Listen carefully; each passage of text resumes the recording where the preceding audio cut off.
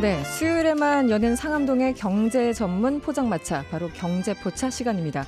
오늘도 예정된 오픈 시간에 맞춰서 정확하게 열었습니다. 경제를 지지고 볶고 끓여서 아주 맛있는 요리를 내드릴 세 분의 경제 전문 기자 소개해드리겠습니다.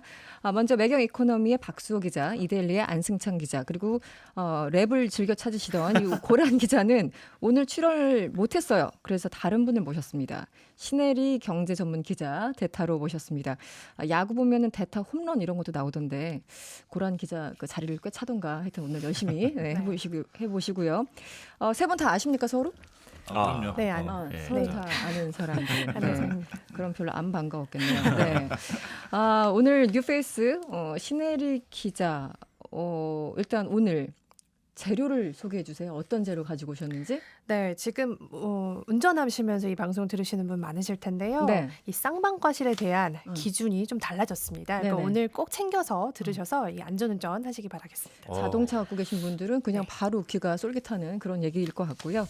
박수호 기자는 어떻습니까? 네, 저는 그 국가 경쟁력 순위가 발표가 됐는데 네. 이 순위가 우리가 좀 안 좋아졌다. 안 좋아졌다. 네. 그렇습니까? 왜 그럴까? 이런 걸 들고 왔습니다.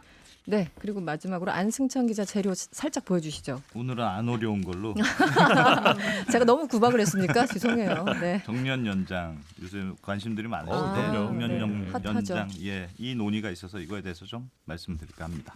네, 오늘도 여러 가지 맛있는 재료들을 가지고 오신 것 같은데요. 청취자 여러분들도 방송 들으시면서 의견 보내주세요. 채택된 분들에게는 커피 쿠폰을 보내드리고 있습니다. 휴대폰 샵 8001번이나 인터넷 라디오 MBC 미니로 보내주시면 되는데요. 문자를 보내실 땐 짧은 건 50원, 긴 건 100원의 정보 이용료가 추가되는 반면 미니는 공짜입니다. 기억해 주시고요. 오늘 요리 본격적으로 만들어 보기 전에 안승찬 기자가 지난주에 이 사회적 가치 평가에 대해서 얘기를 했어요. 그렇죠. 예, 이거를 평가가 그렇게 좋지는 않았던 것 같아요. 재미가 없었던 것 같긴 한데. 대체 그게 뭐냐 뭐 이런 반응부터 아니고 할만한 거다 이런 여러 가지 반응들이 있었는데요. 네.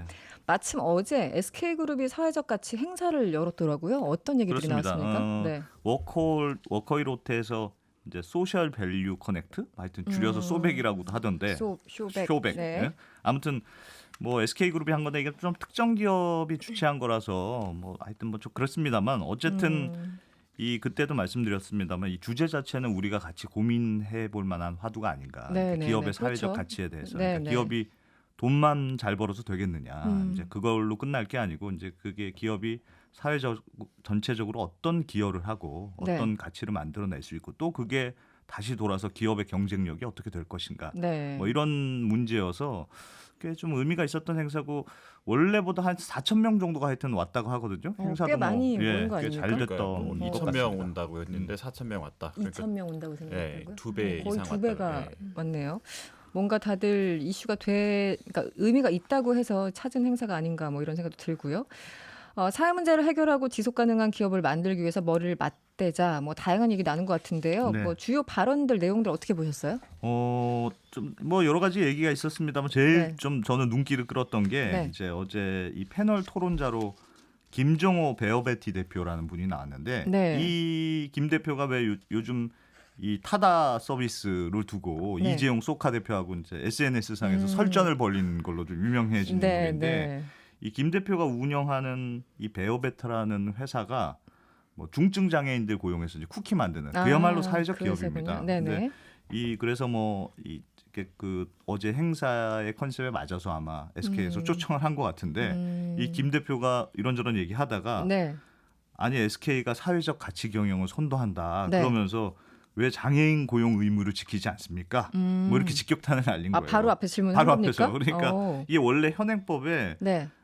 직원이 100명 이상인 기업은 직원 3.1% 이상을 장애인을 고용해야 된다 이렇게 돼 있거든요. 근데 SK 계열사 중에서 여기 한참 모자라는 곳들이 몇 개 있었던 모양이에요. 그래서 그 질문을 듣고 이제 최태원 SK 회장이 이렇게 잠시 당황스러운 얼굴을 보였으나 네네. 어쨌든 뭐 맞는 얘기다. 무조건 지키라고 하겠다 이렇게 화답을 했거든요. 네. 뭐 공개적으로 한 얘기니까 뭐 잘 지켜지지 않을까 기대를 합니다. 저희 오프닝에서도 잠시 언급을 했습니다만 이 메시지는 참 좋은데 메시지보다 그 사람들 메신저가 더 흥미롭게 네. 거론이 되는 것 같은데 이런 네. 부분은 어떻게 봐야 될까요? 안수창 기자는 개인적으로 어떻게 생각해요? 메신저가 뭐죠? 그러니까 이제 화제 인물들이 이 얘기를 한 사람이 이제 최태원 회장이고 뭐 이러니까 뭐 개인적인 어떤 사생활 부분과 사회적 가치를 얘기하는 부분들 그래서 자꾸 이제 사람 위주로 관심이 쏠리는 그런 분위기가 있더라고요. 네, 그래서 뭐 어제 특히 이제 화제가 됐던 부분은 그 최태원 회장이 왜 그럼 이런 생각을 하게 됐느냐, 네. 그룹 전체 차원에서 왜 이렇게 좀 변화의 바람이 불게 됐느냐, 이랬을 때 최태원 회장이 보통 이제 인터뷰를 그렇게 잘 하지 않았는데 네네. 어제는 공개적으로 이렇게 이야기를 많이 했었습니다. 네네. 그 중에 하나가 이제 뭐 그분 때문에 뭐 이 심경의 변화가 왔다, 뭐 이런 이야기 있어서 그분이 또 누구냐? 네. 그분을 두고 그 분이 여자인가 남자인가에 대한 네. 반박, 많은 논란이 있었어요. 논란이 워딩은 있었고. 그더라고요. 네, 그분을 김씨라고 이제 해서 네. 그녀인지 그인지. 우리나라는 그 그녀 이런 표현 잘 안 쓰잖아요. 남자 여자 무관하게. 네. 6587번님 문자 주셨어요. 보여주기 이슈를 위한 행사였는지 진짜로 사회적 기업이 되기 위한 행사였는지 좀 합리적 의심은 드는데요. 좋게 생각해야 되겠죠? 뭐 이렇게 문자를 보내주셨습니다. 저는 뭐 어쨌든 메시지 자체는 네. 괜찮은 메시지가 나온 그런 행사가 아니었나라는 생각이 들고요. 네. 본격적으로 얘기를 한번 해보죠. 정년 문제를 얘기를 해볼까요? 네. 정부가 정년 연장 추진한다고 하는데 이 내용 그 배경이 있을 거 아닙니까? 어떤 걸까요? 뭐 여러 가지 배경이 있는데 일단 직접적으로 속발이 된 거는 네. 홍남기 이제 경제부총리가 지난주에 이 가계소득 통계 발표할 때 이제 네. 기자들한테 설명한다고 기자실 세종에 있는 기자실에 이제 내려왔어요. 그래서 그때 여러 가지 얘기를 하다가 네. 무슨 얘기를 했냐면 이 베이비 부모들이 매년 80만 명씩 노동시장 밖으로 나온다. 80만 명. 80만 네. 명. 매년 80만 명 굉장히 많은 앞뒤로 숫자죠. 나오거든요. 그러니까 네. 이 사람들한테 어떻게 일자리를 제공할지가 정말 중요한 문제고 여기에 대해서 사회적인 논의가 필요하다. 이런 발언을 했어요. 네. 그러니까 이 노인 일자리 문제가 정부 입장에서 굉장히 곤혹스러운 문제다. 뭐 이런 걸 보여주는 대목인데 요즘은 사실은 뭐 60세 넘더라도 굉장히 젊지 않습니까? 그렇죠. 그래서 네. 노인이라고 보기가 참 애매한데. 네. 맞아요. 근데 이제 지금 하여튼 법적으로는 정년이 만 60세 이렇게 돼 있으니까 네네. 60세가 넘으면 안정적인 일자리 잡기가 정말 어려운 구조로 돼 어렵죠. 있거든요. 그래서 뭐 그냥 집에서 노시거나 네. 뭐 작은 자영업을 하시거나 네. 아니면 아르바이트. 아르바이트. 이제 견전하게 될 수밖에 없는데 네. 그래서 이 60대 노인들의 소득 빈곤층으로 떨어지는 경우가 너무 많더라. 그래서 우리나라 노인 빈곤율이 OECD 회원국 중에서도 하여튼 압도적으로 높습니다. 그렇죠, 이게 높죠. 하여튼 그러니까 노인들 정년이 너무 짧은 문제하고 관련이 있는 것 아니냐. 뭐 네. 이런 지적이 그동안 있었고 그래서 정부가 좀 이 음. 정년을 늘리는 방안에 대해서 고민을 하겠다. 뭐 이런 건데 일본처럼 이 노령화 사회, 뭐 고민입니다. 고령 사회 고민이나 여기에 대해서 좀 준비를 해야 된다는 얘기는 사실 굉장히 오래 전부터 있었잖아요. 그렇죠. 우리나라 출산율도 예. 그렇고 최근에도 출산율이 굉장히 안 좋은 걸로 나왔는데, 근데 그 본격적으로 이게 논의된 게 그 법원에서 이 손해배상액 등 산정할 때 노동 가동 연한이라고 해서 이거 높인 적이 있었잖아요. 그게 이게 결정적인 네, 영향이 올해 됐죠. 초였습니까? 예, 그랬던 걸로 올해 기억하는데. 지난 2월이었는데 지난 2월, 이게 굉장히 중요한 대법원 그렇더라고요. 판결이었어요. 이게 네. 하여튼 간단히만 설명을 드리면 네. 수영장에서 당시 사건이 4살 아이가 이제 사망을 했는데 그래서 부모가 수영장을 상대로 손해배상 소송을 제기한 사건인데 네. 이제 그런 거죠. 손해배상액을 산정할 때 만약에 이 아기가 사고가 없어서 그래서 정상적으로 어른으로 자라서 직장도 구하고 돈도 벌고 했다. 네. 그럼 이 아이가 총 벌는 금액을 산정해야 평생 되는데 동안. 네네네. 언제까지 일할 수 있을 것으로 가정해야 되느냐 이거였는데 중요한 질문이죠. 그렇죠. 네. 이게 이제 법률 용어로는 노동 가동 연한. 그러니까 네. 사람 몸을 기계라고 기계처럼. 생각하고 몇 살까지 가동할 수 있느냐 이런 건데 가동 연한. 네. 연한. 저는 이게 네. 조금 살벌하네요. 표현은 그렇습니다. 네. 아무튼 그런 건데 그 동안은 60세까지 한다. 이게 30년 동안의 아주 일관된 기준이었어요. 네. 근데 이번 대법원에서 어떻게 판단했느냐?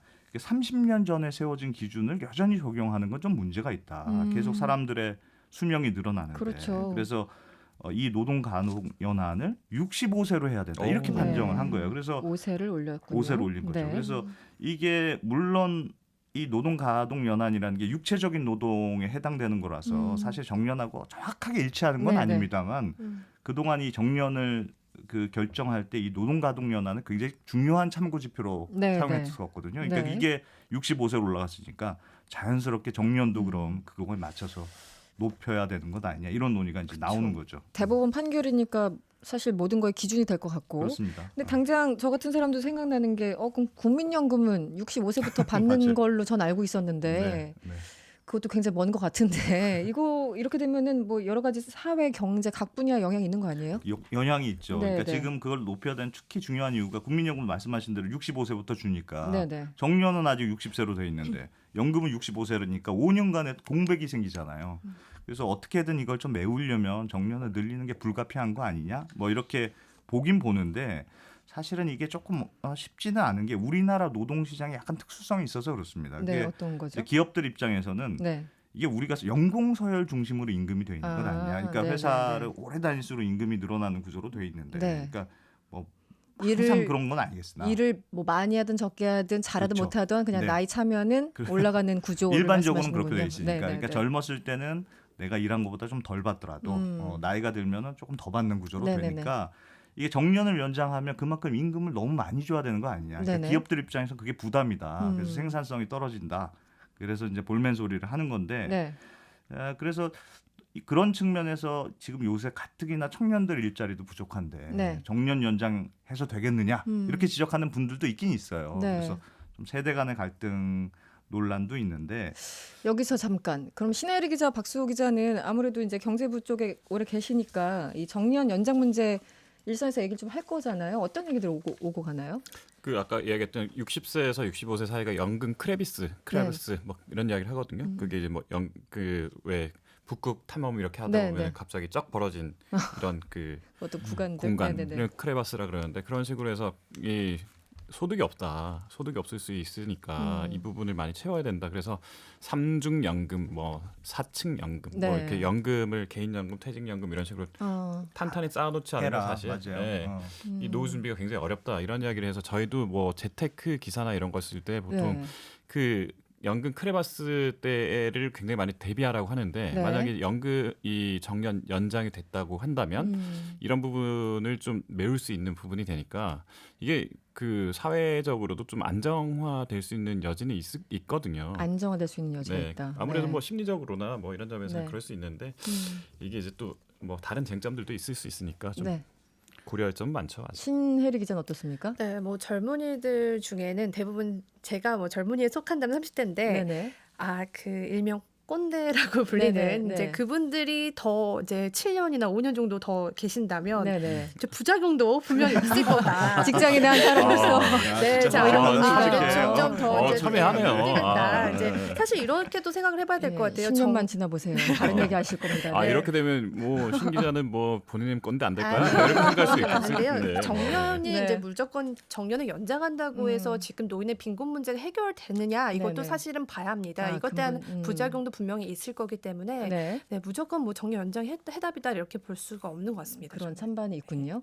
1003번님 문자 주셨어요. 일할 나이는 짧아지고 그 이후에 삶이 길어서 걱정이에요. 연장 찬성입니다. 0030번님 정년을 늘린다고 노인 빈곤율이 떨어질까요? 지금 신혜리 기자가 언급한 대목이에요. 대기업이나 공무원이 아니면 의미 없는 정년입니다. 어차피 노인 빈곤율은 떨어지지 않을 것 같은데요. 세금 낭비라고 생각합니다. 그나저나 이제 관련해서요. 이 최근에 여론조사 있었잖아요. 어떻게 결과가 나왔나요? 뭐 하여튼 의견은 엇갈리는데 네네. 여론조사는 찬성이 훨씬 많은 걸로 오. 나왔어요. 그렇습니까? 예, 이게 리얼미터가 어제 이제 오마이뉴스의 의뢰를 받아서 뭐 설문조사를 했더니 그러니까 우리나라 국민 전체적으로 한 66%가 정년을 연장하는데 찬성하는 것으로 나왔거든요. 네. 그러니까 특히 저는 재밌게 본 게 네. 20대예요. 이거 궁금하네요. 20대가 사실은 정년 연장하면 좀 불이익을 볼 것이다. 이게 이제 일반적인 가정인데 이번 설문조사에서는 20대의 찬성이 79%. 오. 와, 세대 중에서 20대가요? 그것도 가장 높게 나왔습니다. 더 높게 나왔네요. 근데 평균보다. 이게요 네. 한 가지 왜 그런지 아세요? 네. 제가 학생들한테 한번 이걸 물어본 적이 있었는데 네. 내가 우리 아빠 엄마가 책임질 수 없다. 아. 취업도 안 되는 마당에 맞아요. 그래서 이제 부담스러우니까. 부담스러우니까 그런 것도 분명 뭐 작용한다고 그런 이유야 것도 여러 있겠죠. 가지 어. 가능하죠. 네. 뭐 그렇게 볼 수도 있고 좀 긍정적으로 보면 네네네. 뭐 그러니까 이게 자기 자신의 미래의 일이다 이렇게 봤을 그렇죠. 수도 있고 그럴 수도 있고요. 뭐 음. 여러 가지 해석은 가능합니다만 어쨌든 전체적으로는 정년 연장에 대해서는 긍정적으로 보고 있고요. 네. 그래서 뭐 20대도 좀 기특하게 생각하는 건 아닌가 그런 생각이 드는데 아무튼 뭐 이번 조사는 네. 19세 이상 성인 8,700명을 접촉해서 최종 501명이 응답을 했다고 하고요. 네. 부분 오차는 95%, 신뢰 수준 플러스 마이너스 4.4% 포인트. 와, 이렇게 이거 천천히 꼭 읽는 사람 얘기해야 처음 한다고 봤어요. 합니다. 네. 일단 여기서 광고 듣고요. 다시 돌아오겠습니다.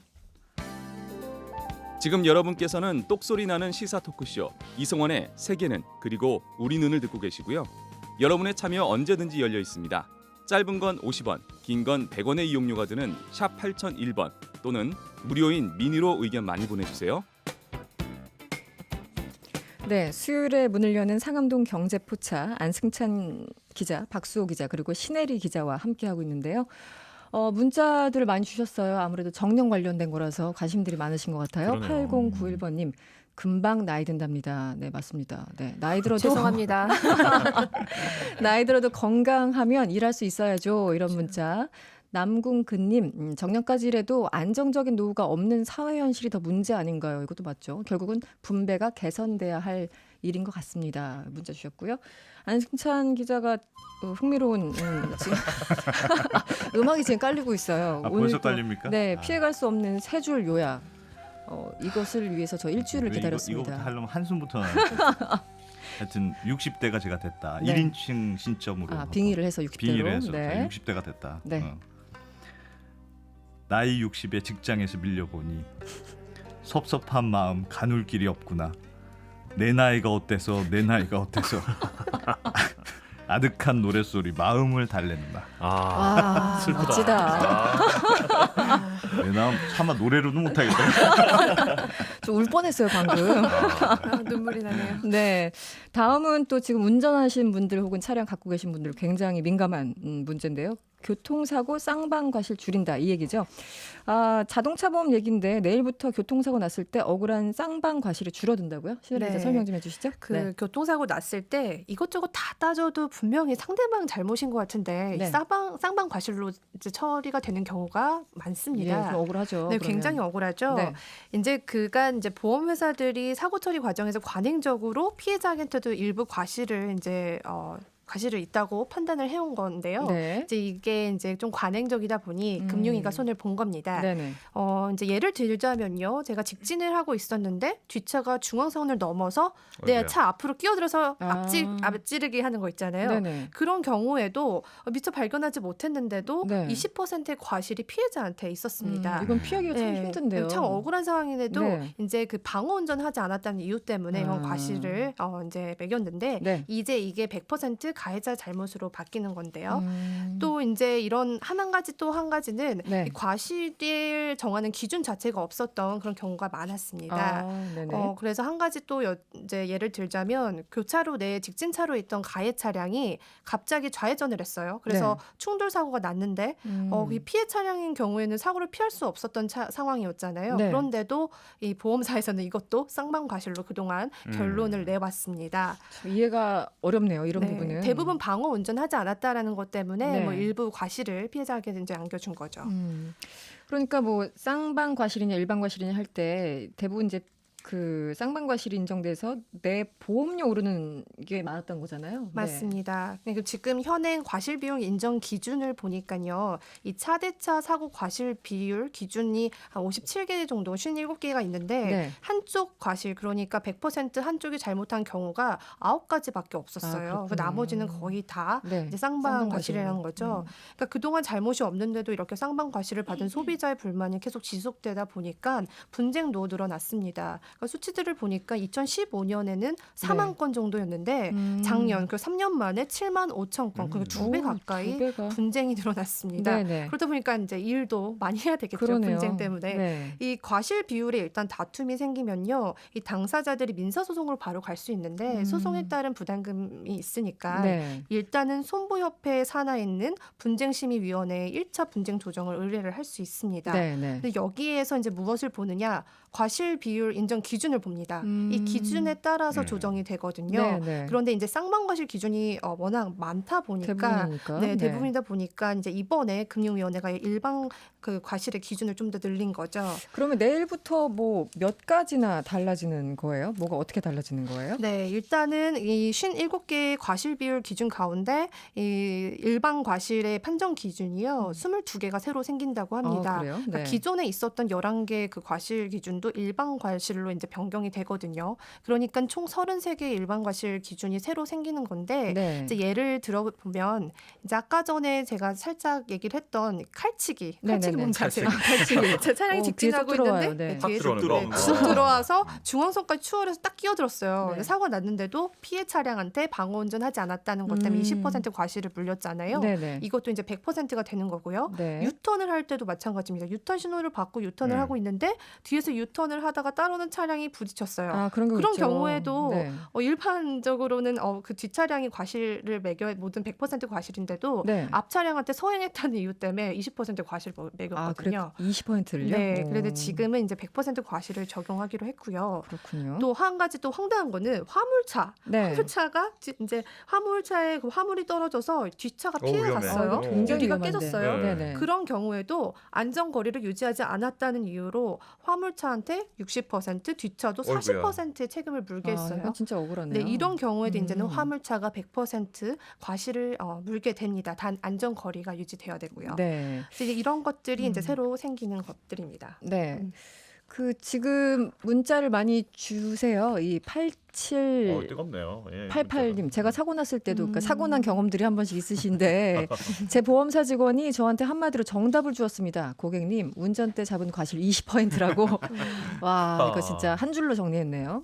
8091번님, 정말 환영할 만한 일이네요. 저도 뒷차가 신호대기인 저희 차를 받았는데도 20%나 나와서 무척 억울했었거든요. 네. 맞아요. 이런 경우 많죠. 네, 이런 경우는 3161번님, 왜 이제 와서 바뀔까요? 소급은 안 되겠죠. 이분도 또 사고를. 아쉽겠지만 소급은 좀 힘들 것 네. 같습니다. 이제 바뀌는 혹시 거니까요. 박수 기자나 안승찬 기자도 이런 세상 억울한 교통사고 당해본 적 있습니까? 저는 접촉사고 나서 그냥 제가 100%다 해준 것 같은데 아. 이제 생각해 보니까 제가 억울했던 거예요. 그래요? 본인 사고 낸 건 아니고요? 아니었습니까? 네. 네. 그런데 그 이번에 새롭게 신설된 과실 비율, 그러니까 기존에 네. 있던 거 뭐 22개와 이제 그러니까 기존에 있던 거 11개, 뭐 새로 신설된 거 22개에서 33개라고 말씀하셨는데 어떤 것들이 좀 있나요? 이 네. 과실 비율 기준? 이번에는 이제 새롭게 아예 전에는 없었던 과실 비율 기준이 생긴 것도 있어요. 네. 이제 회전 교차로에 사고가 많이 나는데 그 기준이 전혀 없었습니다. 회전 교차로는 케바케 그러니까 그때 달랐어요. 네. 근데 지금까지 케이스 바이 케이스를 지금 바이 줄여서 케이스. 말씀. 네, 죄송합니다. 네. 신세대다 보니까 신조어 그때 달랐는데 네. 이제는 회전 교차로에 사고가 나는 경우에는 교차로에 진입하던 차량의 80% 책임을 지도록 했습니다. 진입하던 차량의 80%. 네.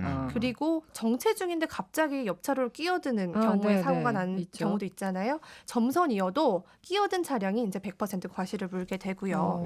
또 한 가지 최근에 자전거 타고 이제 출퇴근하시는 분들이 많은데 그렇죠. 자전거 전용 도로에서 사고가 난 경우에도요. 참 억울하게 자전거를 몰고 가신 분들한테 일부 피해가 적용이 됐어요. 아, 그분들도 일부를 네, 조심하게 부담을 했군요. 자전거를 운전했어야 된다 이런 이유였는데 네. 이제는 자전거 전용 도로에서는 자동차 과실이 100%로 바뀝니다. 네. 그러니까 함부로 자동차 전용 도로에 끼어드시면 안 되고요. 네. 이 자동차 우선 도로가 있어요. 네. 그러니까 우선 도로에서도 이제 과실이 적용이 되는데 단 우선 도로에서는 자동차랑 같이 나눠서 이용을 해야 되는 경우이기 때문에 네네. 자전거한테는 10% 그리고 자동차한테 90%로 비율을 정했습니다.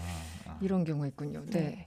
그리고 이 이번에 오토바이 한 가지 같은 경우는 네. 그래요. 네, 사고 네. 많잖아요. 과실 비중이 이제 아예 거꾸로 바뀐 경우가 있어요. 그게 방금 말씀하신 오토바이인데요. 네. 교차로에서 요즘 오토바이 많이 이렇게 그렇죠. 들어오잖아요. 네네. 예전에 그 만약에 오토바이와 자동차가 사고 났을 때 누가 더 많이 손해를 봤을까요? 뭐 자동차. 네네. 네, 왜냐하면 이제 오토바이가 이제 좀 뭐라 약자? 그럴까요? 약자기 때문에 아. 3대 7의 비율로 했는데 이제는 오토바이가 7대 3으로 바뀝니다. 완전 그러니까 차대 차네. 네, 네. 그러니까 요즘 뭐 배달하시는 분들 많잖아요. 네. 조심조심하게 운전하셔야 될 것 같습니다. 네. 이 말이 끝나면서 음악이 나오기 시작했어요.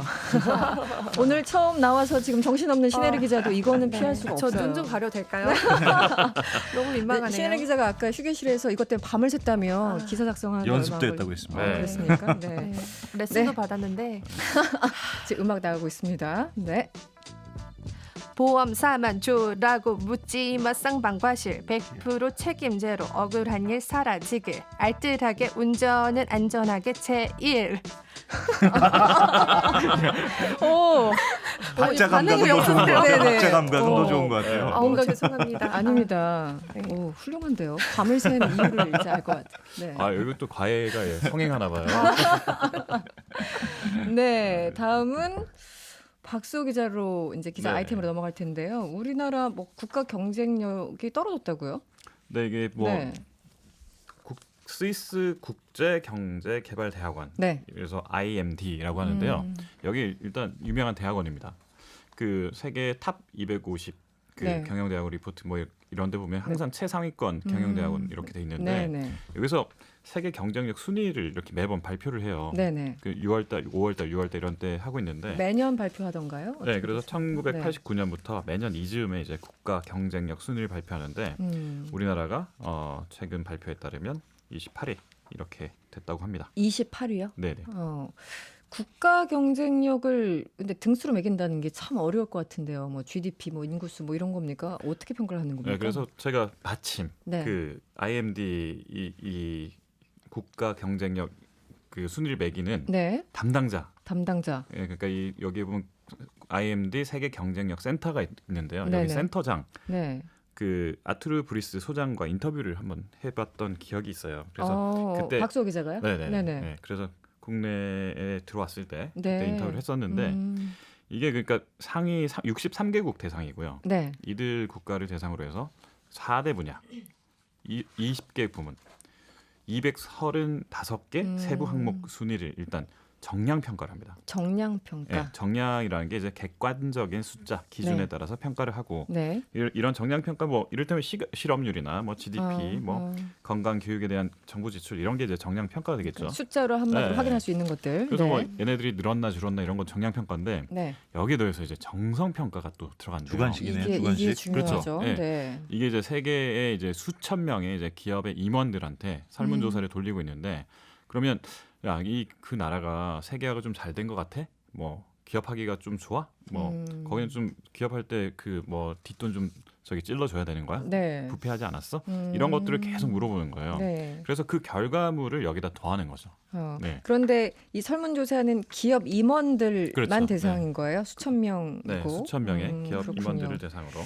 그러면은 올해 우리나라 28등 했다고 그러셨습니까? 얼마나 하락한 거예요? 하락했다는 게 뭐 한 단계 아래 떨어진 건데, 네. 네, 뭐 근데 2017년 기준으로 보면 네. 29등이었어요. 29등. 네, 그러다가 지난해 2018년에는 네. 27등. 야, 그래서 두 단계 올라갔다고. 네. 이제 문재인 정부 들어와가지고 이제 나름 네. 힘을 좀 받았다. 네. 이런 이야기 좀 들었는데 네. 갑자기 또 한 단계 밀리니까 네. 아이고 좀 어떻게 됐지? 뭐 이러는데. 말 그대로 일희일비 하고 있네요 지금 상황이. 임원들이 뭔가 심사가 안 좋습니다. 근데 이게 좋게 IMF 대답을 안 한 외환위기 거지. 때 보니까 네. 거의 1999년이었거든요. 그때는 41위까지 떨어졌으니까 그때 그때는 비하면 IMF니까. 네, 많이 올라온 건 맞아요. 네. 뭐 안승찬 기자도 관련해서 기사 좀 썼습니까 예전에? 예전에 많이 썼죠. 네. 이거 그리고 보면은 이 기자들이 이런 어때요? 거 나올 때마다 일희일비하면서 직격탄, 추락 뭐 이렇게 씁니다. 그리고 뭐 이 네. 정부가 잘못됐다 뭐 이러면서. 근데 사실은 이게 외국 뭐 물론 외국에서 어떻게 평가하느냐 우리가 관심 있게 봐야죠. 관심 있게 네, 봐야 그렇죠. 되는데 또 이게 굉장히 주관적인 부분도 있어서 너무 네. 일일비할 필요는 없다는 생각도 그냥 들어요. 참고 정도만. 네. 외국에서는 우리를 이렇게 보는구나. 뭐 음. 이런 정도가 어떨까. 네. 그나저나 등수가 좀 내려간 거는 어떤 거예요? 내려간 거가 조금 아무래도 우리가 좀 잘하는 분야입니다. 그러니까 우리 경제가 아무래도 지금 좀 아쉬운 부분이 많잖아요. 그렇죠. 특히 뭐 네네. GDP라든지 수출, 뭐 투자, 취업자 이런 부분이 좀 아쉬워요. 그래서 이런 부분들이 이제 전년에 비해서 이제 순위가 좀 많이 밀렸고요.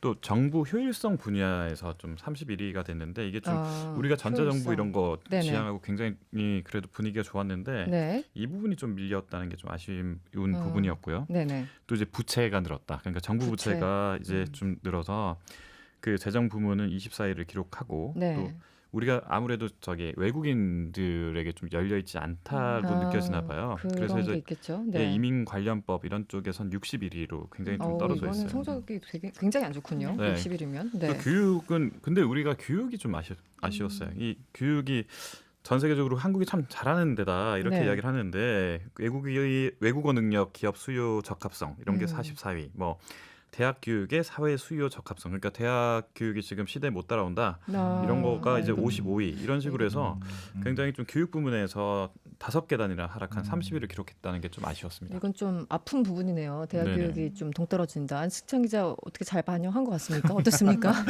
과거의 기사를 한번 써봤으니까. 대학 나와도 이 영어가 안 된다 이런 거 아니겠어요? 쉽게 말하면. 근데 그런 우리나라 거죠. 영어 정말 교육률은 전 세계 1위 같은데 네. 항상 외국어 평가하면 하위예요. 항상 참 그래요. 아이러니죠. 요새 젊은 친구들은 굉장히 잘하던데. 네, 잘하는 잘하는 친구만 본 게 아닐까요? 근데 이게 임원들을 대상으로 해서 그런 게 아닐까요?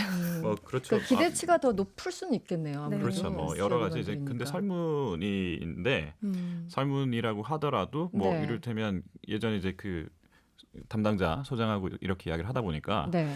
좀 우리나라가 당시 그때 이제 그 박근혜 사건 전 대통령 사건이 있었고 네. 그런 것 때문에 한국의 부패 지수에 대해서 상당히 많이 민감할 수밖에 좀, 없군요. 민감했고 그런 것들이 실제로 반영이 되니까 네. 국가 경쟁력 순위에도 이렇게 좀 조정이 있더라고요. 안신장 기자가 뭐 참고만 할 정도다라고 언급을 하셨지만 박수 기자는 어떻게 보세요? 이런 순위나 이런 것들?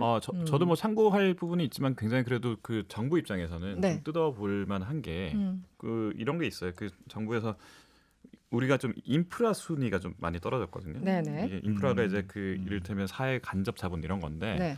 이런 부분에서 우리가 뭐 교통 맨날 뭐 차 밀리고 뭐 집 뭐 좀 모자라고 뭐 이런 부분들인데 이런 부분들이 여기서도 좀 반영이 되더라고요. 네. 그러니까 이런 부분을 보면 너무 또 설문은 아니구나. 그러네요. 예, 이런 어느 게 또 정도는? 느껴지더라고요.